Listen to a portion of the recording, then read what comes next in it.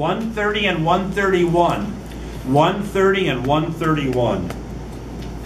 This is possibility B? This is possibility 2, question 4. Okay. Yes, how can you minimize legal liability?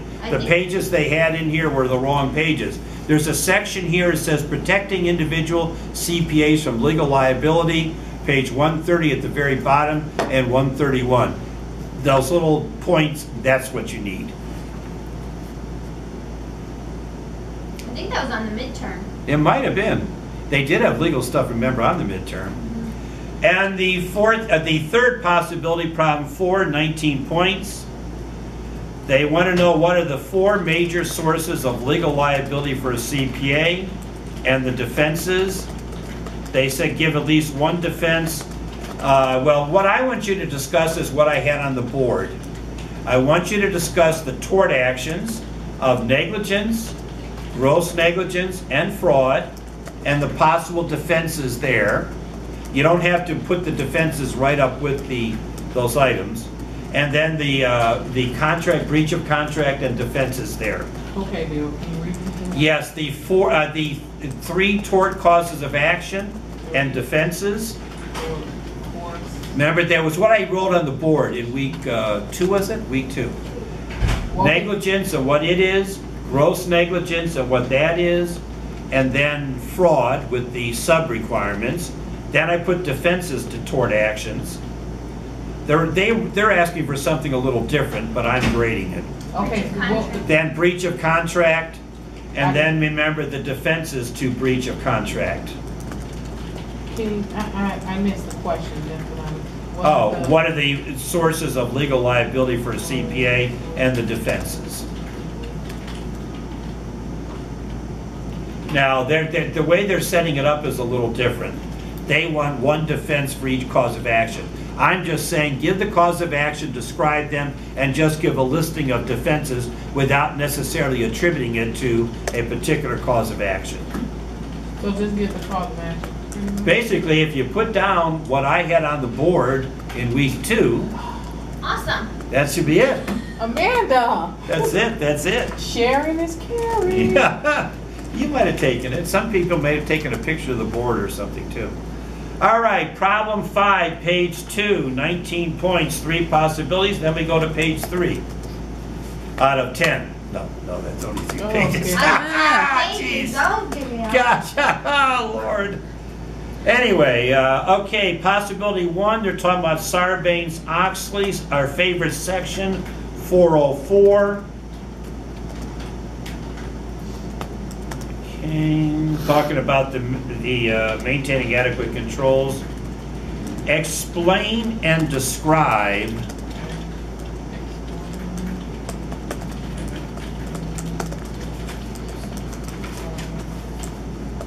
Explain and describe 2 of the 3 major methods. Explain and describe 2 of the 3 major methods to obtain and document. Boy, the way these are worded. Explain and describe 2 of the 3 major methods to obtain and document an understanding of a company's controls. Explain and describe 2 of the 3 major methods to obtain and document an understanding of a company's control. You know, by reading that, I wouldn't know what the hell they were talking about. What does it mean to me? I want you to describe the internal control narrative. Wait. Internal control narrative. The flow chart. And the questionnaire.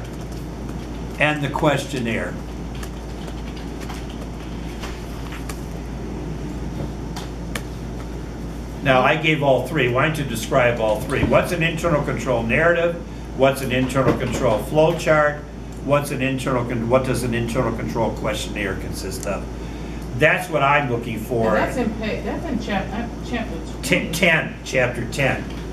That was chapter 10. But I must confess, if I just saw this for the first time on the exam, with time pressure, remember I added extra time again, I wouldn't know what they're talking about. But to me, and who's grading it? You know. Talk about the internal control narrative, talk about what a flow chart does for internal control, talk about what would be included in an internal control questionnaire. I'm referring to Okay. chapter 10. Alrighty, possibility 2. Okay, talk about 404 again. Alright, there's a paragraph of stuff. Here's the gist of it. How does an auditor evaluate the internal controls? How does an auditor evaluate the internal controls to see that they are working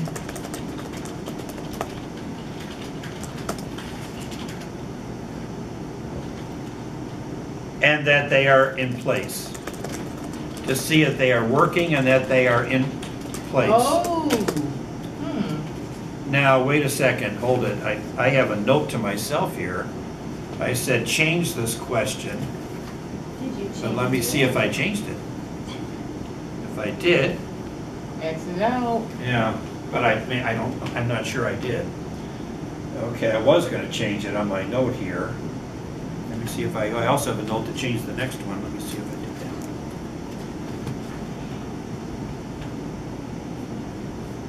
Yeah, that one I changed. Let me just go on the board a second here, in here, and just take a quick look to see if I changed this or not. I had a note to myself to make a change, and I may not have done it because I think I changed it instead on the next page. So just give me a second here.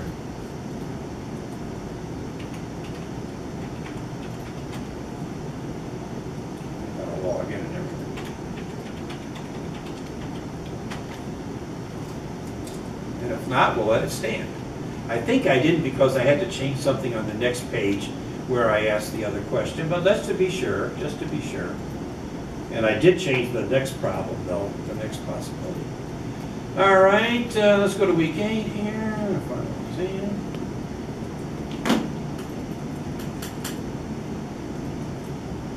Author, page 2.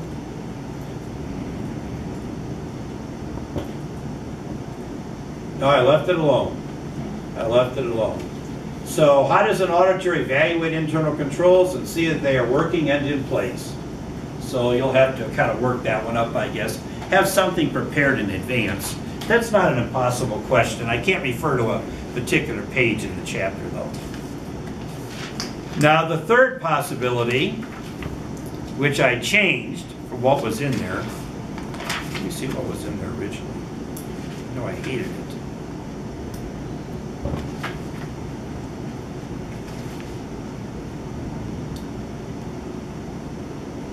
Oh, yeah. I didn't understand it. Okay, here's what I now built. This is one of Bill's. Please describe the five internal control activities in depth. Please describe the 5 internal control activities in depth. I replaced it with this question. And I'll tell you what the 5 are, so you need like a sentence or 2 about each one.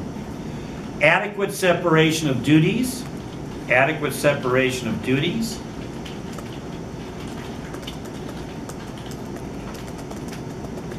Proper authorization of transactions and records. Proper authorization of transactions and records. Authorization is the key there. Proper authorization of transactions and records. That's the second of the 5. Thirdly, adequate documents and records. Adequate documents and records.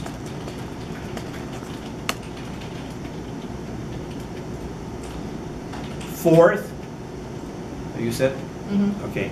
Physical control over assets and records. Physical control over assets and records. These are the ones I discussed in my 504 class. And the last one, independent checks on performance. Independent checks on performance.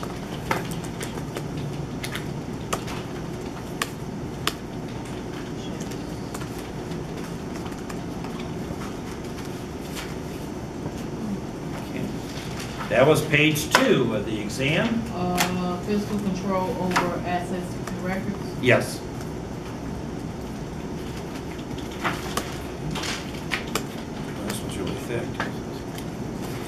All right, page 3. Let me get the latest version. July 5th. Here's the latest version because I made some changes here.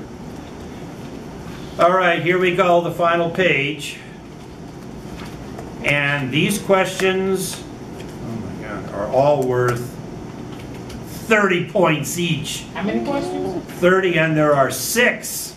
Oh, geez, Bill. I know. Be kind. I know. Well, I changed a couple of them. I couldn't stomach myself. All right. These are 6 questions, several possibilities each. 30 points.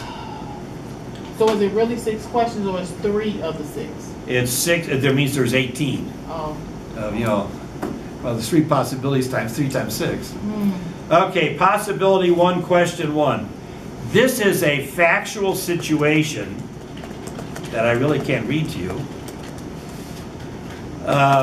And they asked, it's a factual situation involving a school district. So Lena would be able to relate to this one, I guess. School district? Okay, school district employees charged with theft and forgery. We actually had this happen at Wheat North. It happens all the time. Yeah, the Boosters Club, some lady stole the money for the Boosters. It happens all the time. Schools keep it. Oh, they try not to publicize Yeah. it.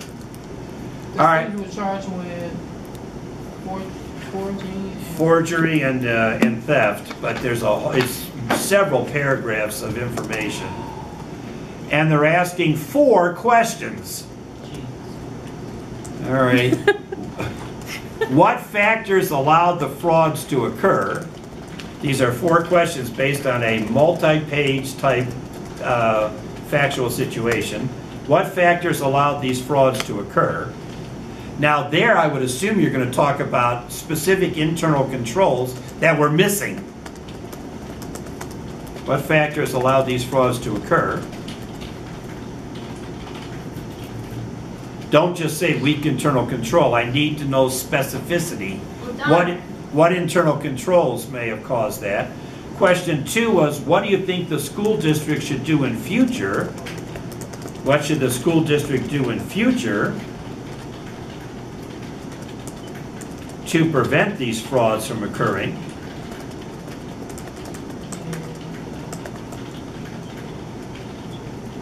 One thing they're suggesting here, by the way, principals should reconcile accounts on a monthly basis, with the principal spelling that Lena talked about on Saturday. Yeah, principals don't know how to do that. Probably not. In the Chicago system, it used to be a political appointment to become a principal. Well, it's the chief school business official now. Okay. You said the principal should do what, Bill? Well, one thing they're mentioning is principals should reconcile accounts on a monthly basis. I'll expect a more appropriate answer from Lena because she has more background here. Also, clear job description, you know, and who does what and so forth. So that means we get a pass for it because we're not. Well, I'm not either in the school district. I never worked for a school district. I just get irritated over the large taxes we have to pay. The third question was, what responsibility does the external auditor have to detect fraud? And they refer to SAS 99. To detect fraud? To detect fraud. They make some suggestions here. Perform inquiries of management. Inquiries. Oh. Inquiries, questions. Perform questions or inquiries of management. Do analytical procedures. That would have helped to detect this because the payroll cost would have increased. Testing internal controls. Recommending segregation of duties. And remember when we talked about it, this is not in this model answer, but we talked about SAS 99. Remember that was the brainstorming sessions that you have to conduct? Had they done the brainstorming sessions, this fraud might have been detected earlier. And the fourth question,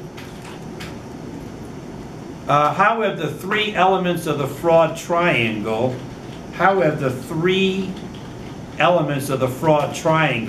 enabled this fraud to occur? Wait, this is, oh, okay. This is still the same question. There's 4 questions on this factual situation. Talk about the 3 elements of the fraud triangle and how they enabled Mary, as the guilty party here, to commit this fraud. I used to go to a lot of seminars in this area, and you know, one of them they actually interviewed people, and you were supposed to indicate who had committed the. One case it was a person that was money missing from a bank drawer that was unfortunately shared by more than one person, which is one of the problems. You know, and they were interviewing the people, and you were supposed to guess which of the ones is the one who actually stole the money. You know, and I didn't guess it. You know, I guess I fell prey to other factors. All right, the next possibility, and this one I changed. What is COSO? What is COSO? This one I added because I didn't like what was in there. What is the COSO? Remember that Internal Control Committee? Describe the 5 elements. Describe the 5 elements of COSO's components of internal control. Describe the 5 elements. Describe them. I'm giving you the 5 elements. So this is something you could look up in advance. What is COSO? From chapter 10. Describe the 5 elements of COSO's components of internal control. Remember, the 5 elements are you ready? No. We're waiting for Letitia. Okay. They had something worse in here I took out because if I can't understand the answer, then I'm not going to ask you to do it. So this is one I added. The 5 elements that you need to describe: control environment,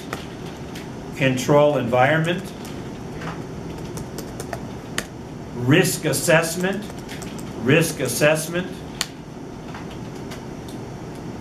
information and communication,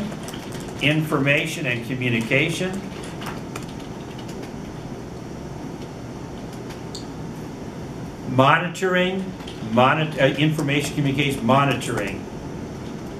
Oh, I left one out, didn't I? Is that 5? No. Okay, control environment, risk assessment, control activities. I think I left that one out.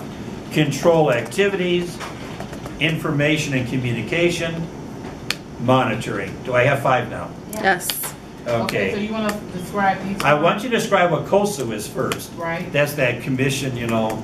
Then I want you to describe what those 5 are with a sentence or 2. Preferably 2 sentences. Okay. Got it. I said, please provide a complete answer for full points. That I added because there was something in there that was worse. And the third possibility for number 1. Remember, you got it. This is 30 points, so we want some depth. What is the, and I altered this one again, but I left the major part of it in here. What is the difference between a significant deficiency? What is the difference between a significant deficiency and a material weakness? Difference between a significant deficiency and a material weakness as it relates to internal control. And I think I found that on page 307. I'm not done yet. There's another question. No, page 307. Page 307 is what I have listed here. I hope I wasn't wrong. And then, how does a material weakness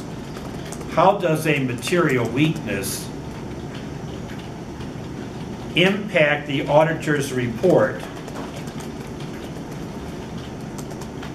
How does a material weakness impact the auditor's report on internal control?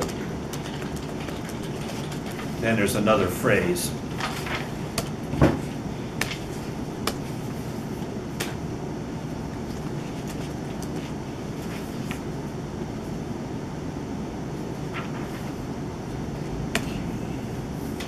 I also have marked down here page 313 and 314, but I don't think those are the right pages. Yeah. Those do not. I'm sorry, I might have been using the new edition. I bet that's where I got it from, the new edition. Okay. I'll just put new edition. Let me look at one more thing before I move on.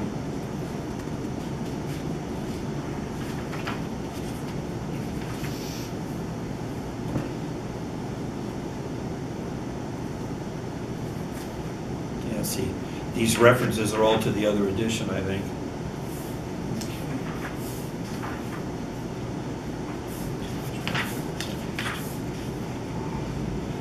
The COSO elements of internal control, remember from that last question? Page 303, table 10-2, table 10-2. Again, that's not the pages I had here. Okay, so you'll have to look up pages on this other. What is the difference between a significant deficiency and material weakness as it relates to internal control? There was another question that followed that I took out. And how does the material weakness impact the auditor's report on internal control under these standards?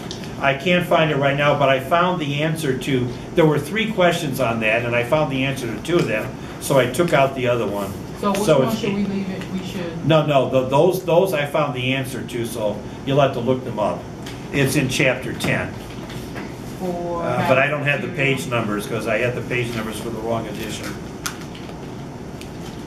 So, I just want to be clear, how does the material weakness impact the auditor's report on internal control? That's chapter 3, right? You left those. It's chapter 10. Chapter 10, I'm sorry. Yes. Yes, now I must have found that because in that original question in the test bank that they had in the course shell, there were 3 questions, and I took the middle one out because I couldn't find it. But I must have found those. So you'll have to look those up. They should be in the chapter. Otherwise, I would have taken them out. All right, looks like this might be our worst page. All right, problem 2. Problem 2, 30 points, possibility 1. Okay.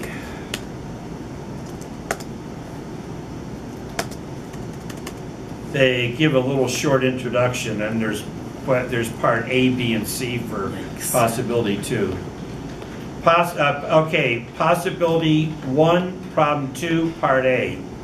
Identify and describe at least 3 aspects. Identify and describe at least 3 aspects of proper audit planning and why they are important. Identify and describe at least 3 aspects of proper audit planning and why they are important. Now, there were some in the text, or I gave some in class, remember? So they're only asking for 3. Why don't you give me 5? Especially if you choose some of the ones from my list. I think I gave 13 or 14. You said 5? They said at least 3. But do you think we're going to have enough time to do all that? I added an extra hour to the exam. Grr, Bill. That's not nice. Bill, I want to go outside and spend some time with my son. Jesus. He'll be 21 before you get to get acquainted. Identify and describe at least 3 aspects of proper auditing planning and why they are important. Right, audit planning and why they are important. Part B. Define what an analytical procedure is. Define what an analytical procedure is and give at least 3 procedures that should be performed, and give at least 3 procedures that should be performed and their purpose.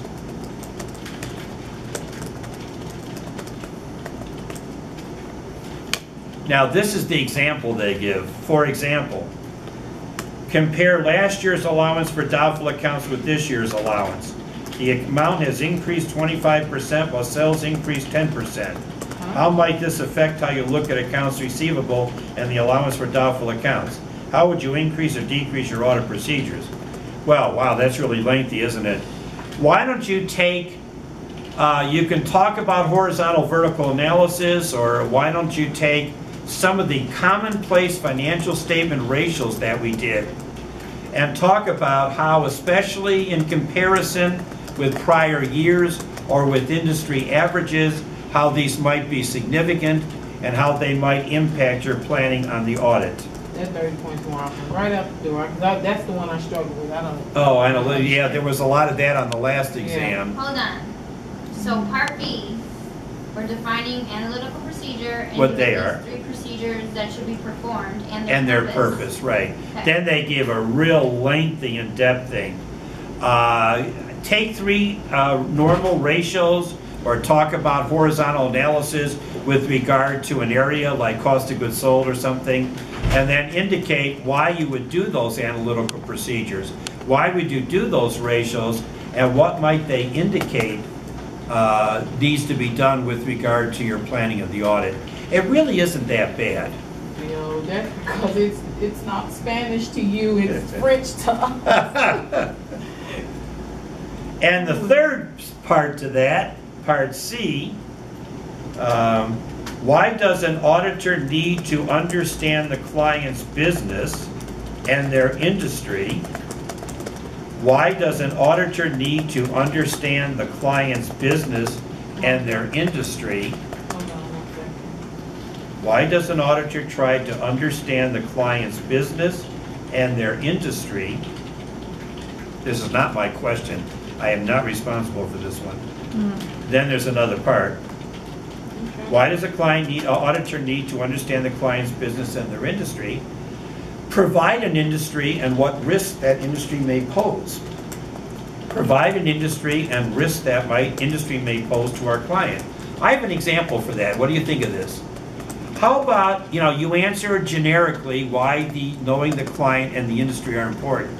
How about taking electronic retailers like Best Buy or dearly departed Circuit City and or H.H. Gregg and indicate the risk factors? Well, with electronics, they become obsolete rapidly. And therefore, you need to have a quick turnover of the items. So I would use that as an example. But you might have something else you want to use. Electronics become obsolete. Yeah, they become obsolete very quickly. And therefore, you need to have a very quick turnover. But there's a lot of competitive pressures. So the margin is going to be low on consumer electronics. So mention something like that. That might make it a little bit easier for that third part. Maybe low.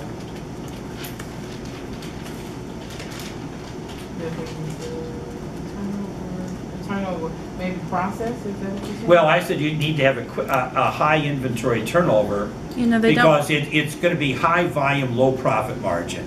Same thing at a Walmart. In fact, it's interesting how Walmart's hurting now. Interesting.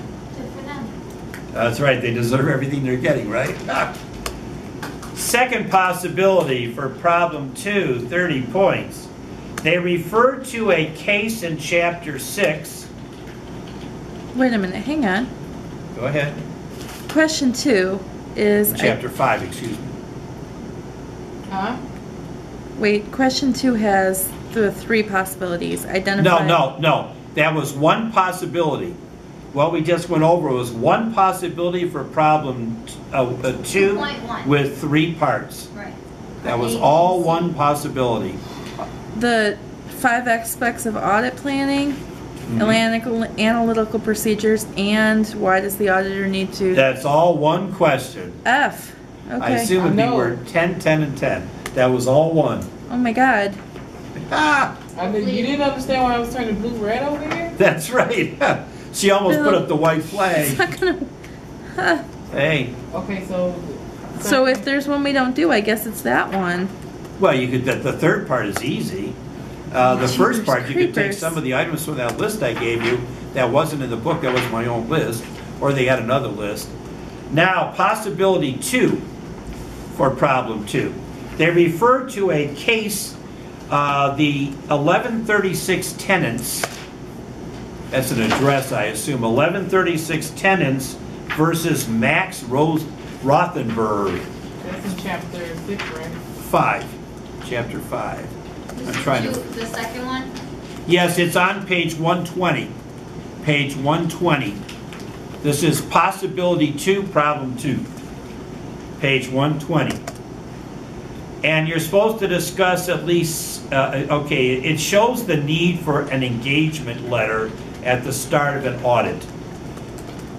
So the case may be less important, I don't know. They basically want you to indicate why an engagement letter at the start of an audit is important.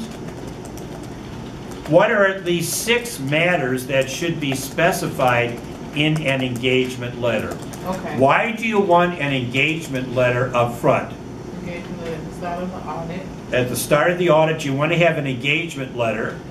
And then what are at least 6 matters that should be included in the engagement letter? At least 6 items that should be included in the engagement letter.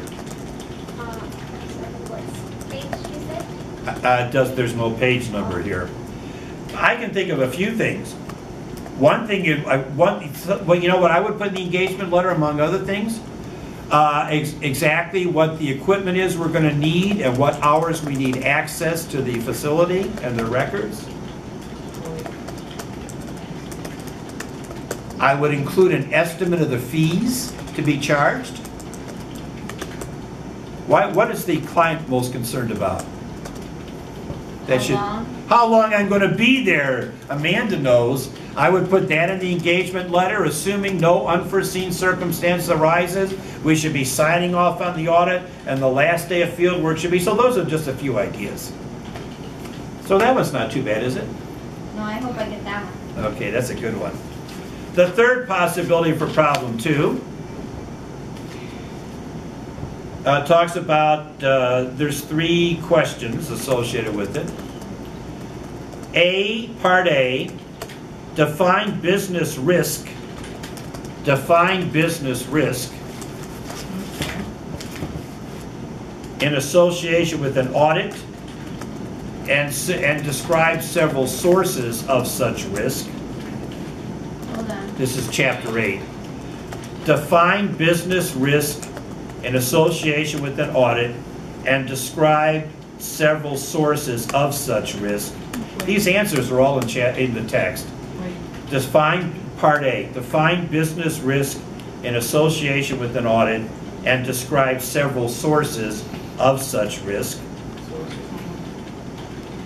Chapter 8.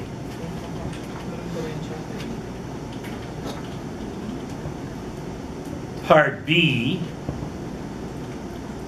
How does business risk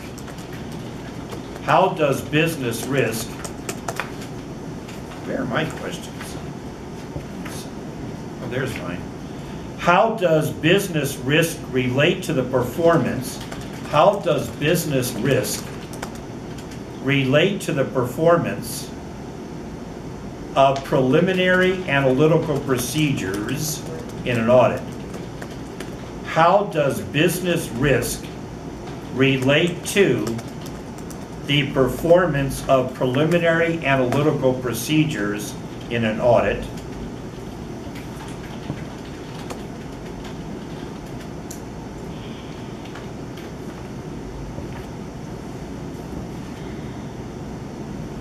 And part C says there's 4 major areas in planning an audit engagement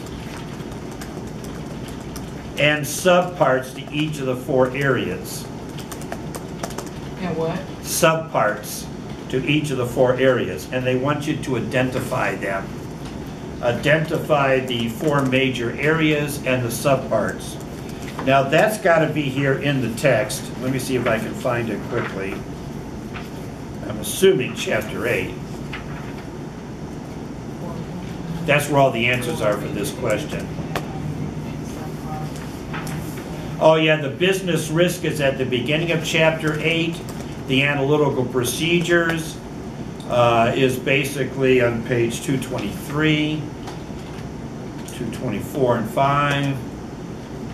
Okay, this is, oh there it is. The answer to this last part, page 224, figure 8-5. There's the major parts of planning and the subparts. Figure 8-5, page 224, for part C of that question, the business risk and stuff, analytical procedures. That's all here on page 220, 221. It's right at the beginning of the chapter. Okay. All right, problem 3, 30 points. How many of these are there?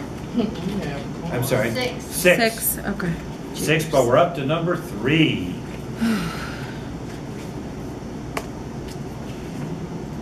And problem 5, when we get to 5, those are bills. Okay. All right, problem 3, 30 points. Okay, possibility 1. Audit risk consists of inherent risk, control risk, and detection risk. Inherent risk, control risk, and detection risk. Part A, define each of the above. And those are in the book. Okay. Inherent risk, control risk, and detection risk. These, I think, are in chapter 9. Now, part B. Okay, this one's not too bad. Part B. They give you 4 items. Indicate whether they're true or false. Are these 4 statements true or false, and explain. And I'm going to give you the 4 statements. That'll be the end of this one. Hint, 2 of them are false and 2 of them are true. Hold on. Tell me when you're ready. Oh, Letitia said.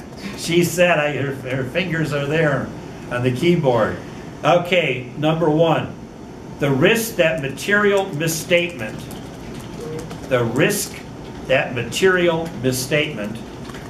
will not be prevented or detected timely.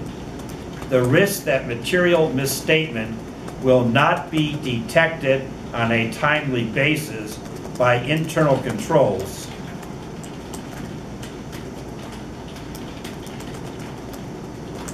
Can be reduced to 0, and then it goes on.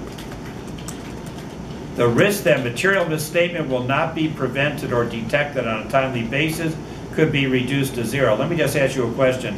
Do you think you can always reduce the risk to 0? False. And I would say false because you can never guarantee the risk will be reduced to 0. 2, detection risk. This you'll have to look up, this one. Detection risk is a function of the efficiency of an auditing procedure. Detection risk is a function of the efficiency of an auditing procedure. If you look up in the chapter where it talks about detection risk, and that should answer that. 3, cash is more susceptible to theft than inventory. This is C, right? Wait, 3. This is 3. Okay. Cash is more susceptible to theft than an inventory of coal because it has greater inherent risk. Cash is more susceptible to theft than an inventory of coal because it has greater inherent risk.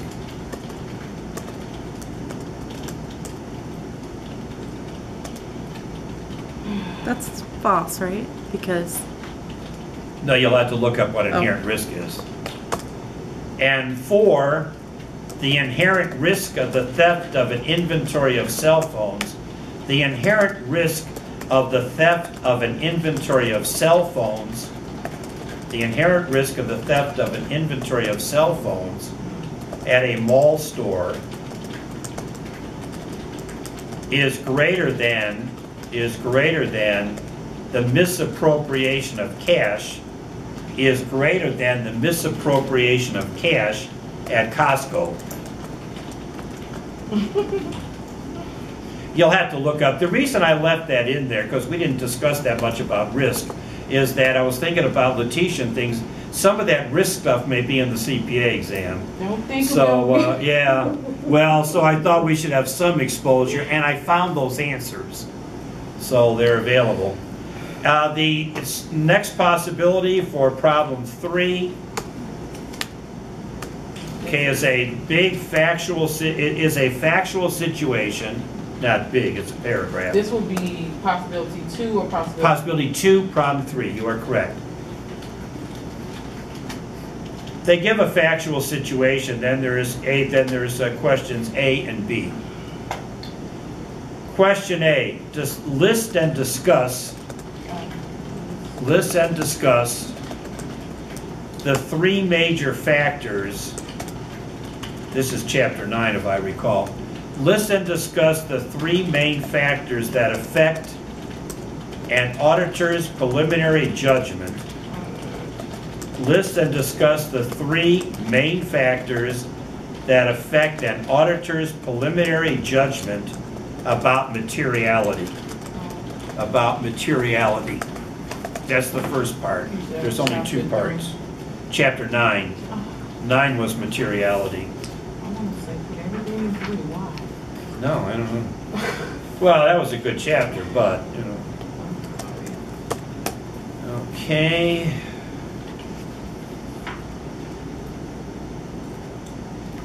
Let's see if I can find it quickly.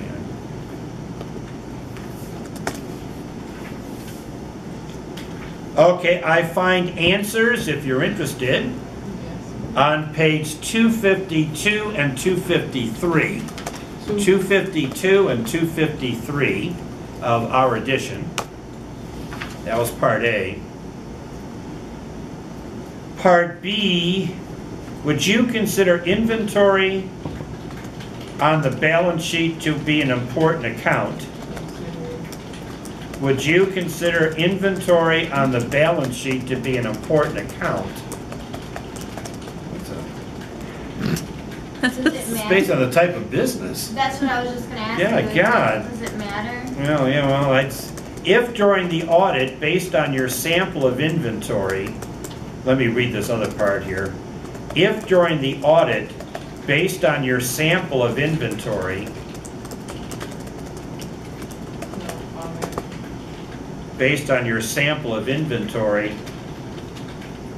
you determine a known misstatement of $30,000. Misstatement?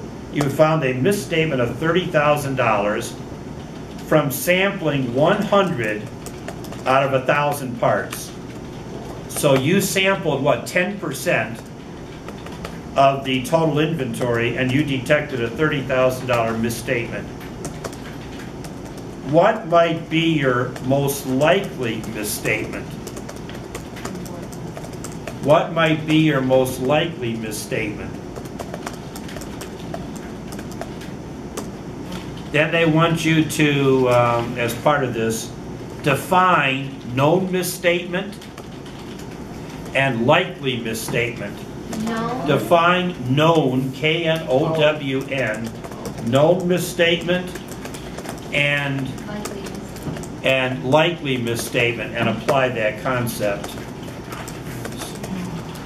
I see known misstatement,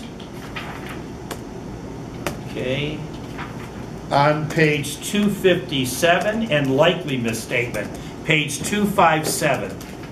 Page 257. For both? For both.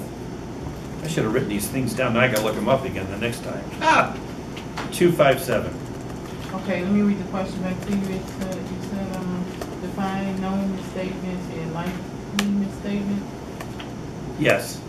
And In theory, they want you to apply it to the numbers they came up with, but I'm not asking for that. Page 257. just define both. And talk about whether, what you know, and again, there'll be no right or wrong answer. You found a $30,000 misstatement on 10% of the inventory that you sampled.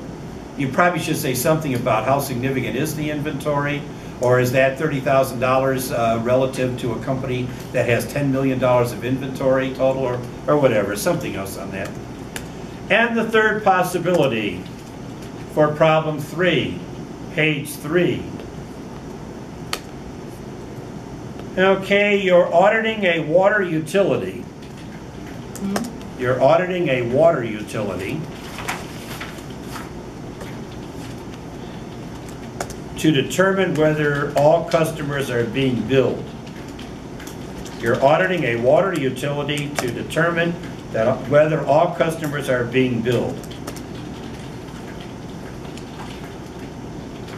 Oh. Select the best direction of testing option. Select, and I'll give you the 4 options. Select the best direction of testing. They have that in quotes. The best direction of testing from the options below, and explain why you selected that option. In other words, in which order are you going to do the testing? I'll give you the 4 options, and you can select which one is best on your own. Okay, option A. You go from meter department records to the sales register. Meter department records to the sales register.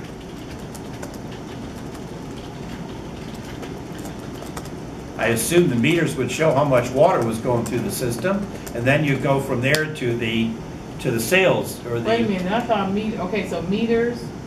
Water meters showing Okay. water flowing through meters. If you live in the suburbs, you got to pay for water. We have to pay for water. Are you doing the city too? Yeah. I wasn't sure about that. Okay, option B, you go from the sales register back to the meter department records. From the sales register to the meter department records. This reminds you a little of existence and completeness and such. Option C, the account receivable ledger back to the sales register. The account receivable ledger back to the sales register.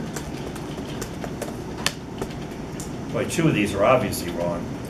And option D, the sales register back to the account receivable ledger.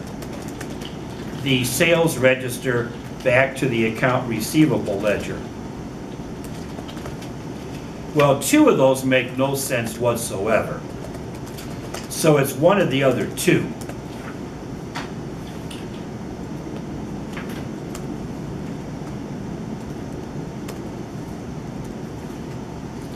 I like one of them, and that's the right answer, so that's good. All right, problem 4. Problem 4, 30 points, option 1. Okay, we have accounts receivable. The auditor has reviewed the sales cutoff. It says, for each of the following, explain if an auditor's review of the client's sales cutoff would detect these problems.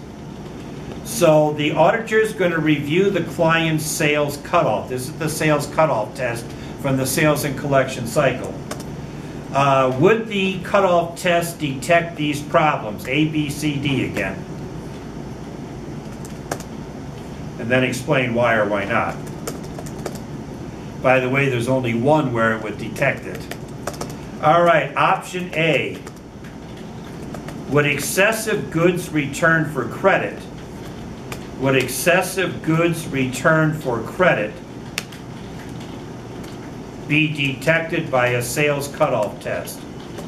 Would excessive goods returned for credit be detected by a sales cutoff test? Then it says why or why not.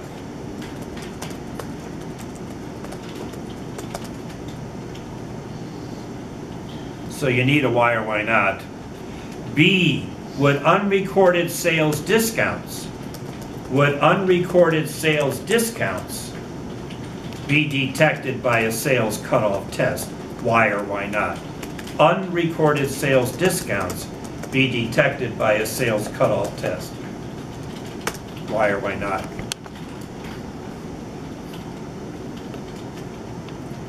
C, lapping of year-end accounts receivable. Would the lapping of year-end accounts receivable be detected by a sales cutoff test? Why or why not? Lapping of year. Of year-end receivables. The lapping of year-end accounts receivable, in other words, accounts receivable. Would that be detected by a sales cutoff test? Why or why not? And D, inflated sales for the year. Could that be detected by a sales cutoff test? Why or why not? Inflated sales for the year. Could that be detected by a sales cutoff test? Why or why not? 3 of these, the answer should be no, but you've got to explain why. 1 of them, the answer should be yes.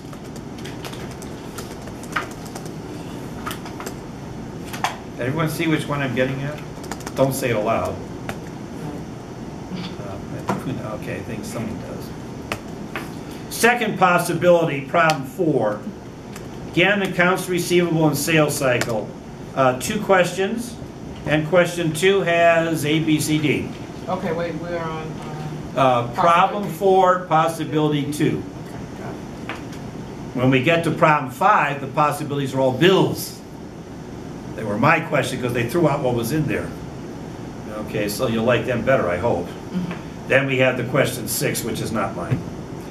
Okay, possibility 2, question 4, part 1. Okay.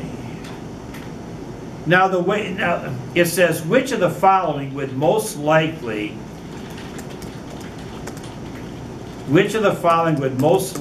give the most assurance? Which of the following would most likely give the most assurance concerning the valuation objective for accounts receivable?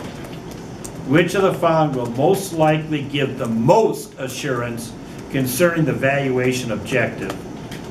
And explain. Now, the way the problem was typed in, I couldn't change it.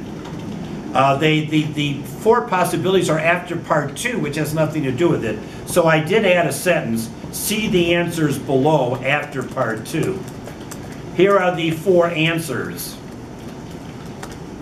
Answer A, vouching, V-O-U-C-H-I-N-G, vouching amounts in the subsidiary ledger, vouching amounts in the subsidiary ledger to details on shipping documents.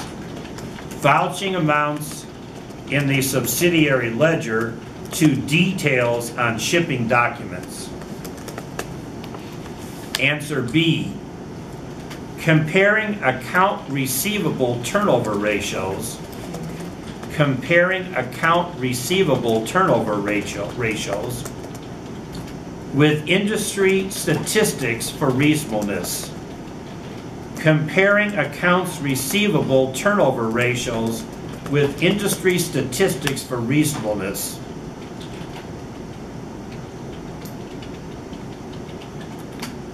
C, inquiring about receivables pledged under loan agreements. Inquiring about receivables pledged under loan agreements.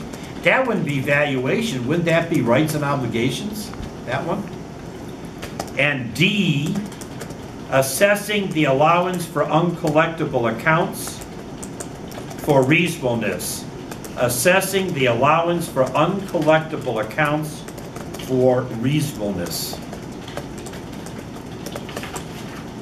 Okay, that was part 1, although the ABCD appears after part 2. Part 2, and I'm going to be flexible on this one because I don't like their answer. What are 2 balance-related audit objectives? What are 2 balance-related audit objectives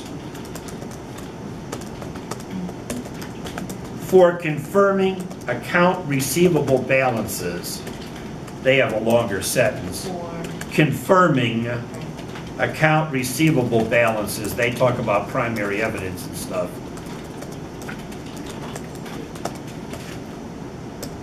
Remember, the balance-related audit objectives were in an earlier chapter. Bill, can you read that back to me? I think I wrote something all wrong. Okay.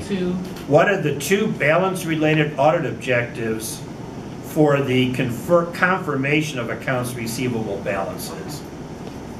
They have some loftier language, but that's the gist of it. And possibility 3 for question 4, before we go to Bill's question 5.